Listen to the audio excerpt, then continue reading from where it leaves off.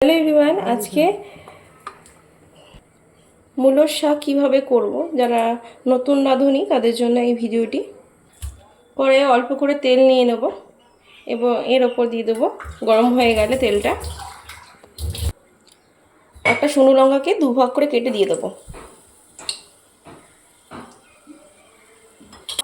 যখন আমার শুকনো লঙ্কাটা ভাজা হয়ে যাবে তখন কিছুটা পরিমাণে রসুন থেতে নিয়ে বা কুচো করে নিয়ে এর মধ্যে দিয়ে দেবো। এটাকে একটু ভাজবো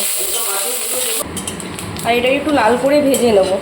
যারা মূলো নিয়ে আসেন কিন্তু মূলোর শাককে কেটে ফেলে দেন, অনেকেই করতে জানেন না, বা যারা একদম নতুন রাঁধুনি যারা মূলোর শাক কীভাবে করতে হয় তারা জানেন না, তারা এইভাবে করতে পারেন।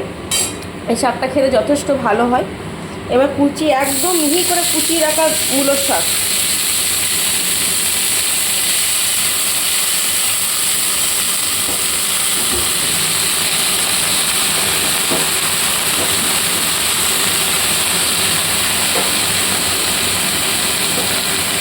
একদম মিহি করে কুচিয়ে রাখা মূলোর শাকটা দিয়ে ভালো করে নাড়াচাড়া করবো এবং অল্প পরিমাণে হলুদ দেবো,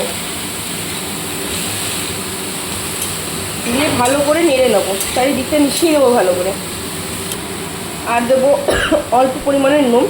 শাক যা থাকবে তার থেকে আরও কম নুন দেবেন, কেননা শাকটা জল বেরোবে, আস্তে আস্তে শাকটা শুকিয়ে যাবে, নরম হবে শাকটা আরও বেশি, আর পরিমাণে অনেক কমে যাবে। দেখুন এই দেওয়ার সঙ্গে সঙ্গে জল বেরোতে শুরু করে দিয়েছে আর এটা কমতে শুরু করে দিয়েছে পরিমাণটা।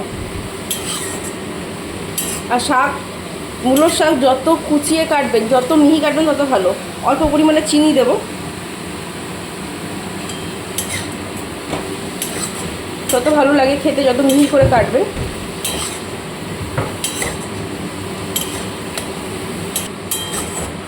দেখুন কত জল বেরিয়েছে, দেখুন। এবার এটাকে ঢাকা দিয়ে গ্যাস কমিয়ে এটা একটু সেদ্ধ হতে দেবো। ঢাকা দিয়ে দিলাম, গ্যাস এক মিনিট কমানো।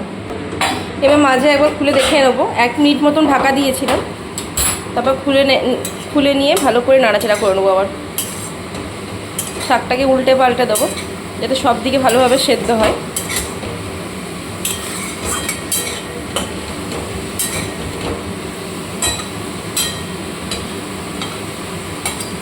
এবার ঢাকা দিয়ে আবার সেদ্ধ হতে দেবো, আর গ্যাসটা কিন্তু কম করেই রাখবো।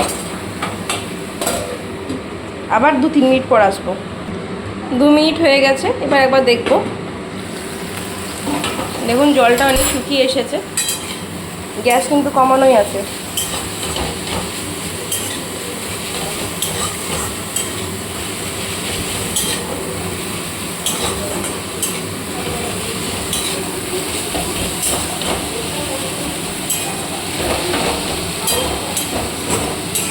এটা এখন একটু সেদ্ধ হবে।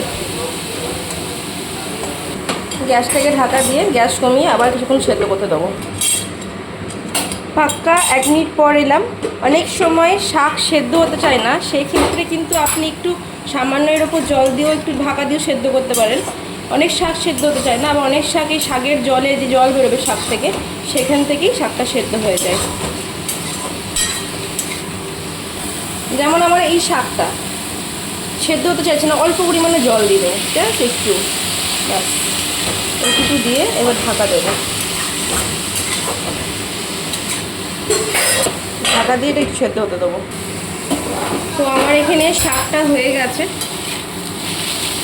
দেখুন।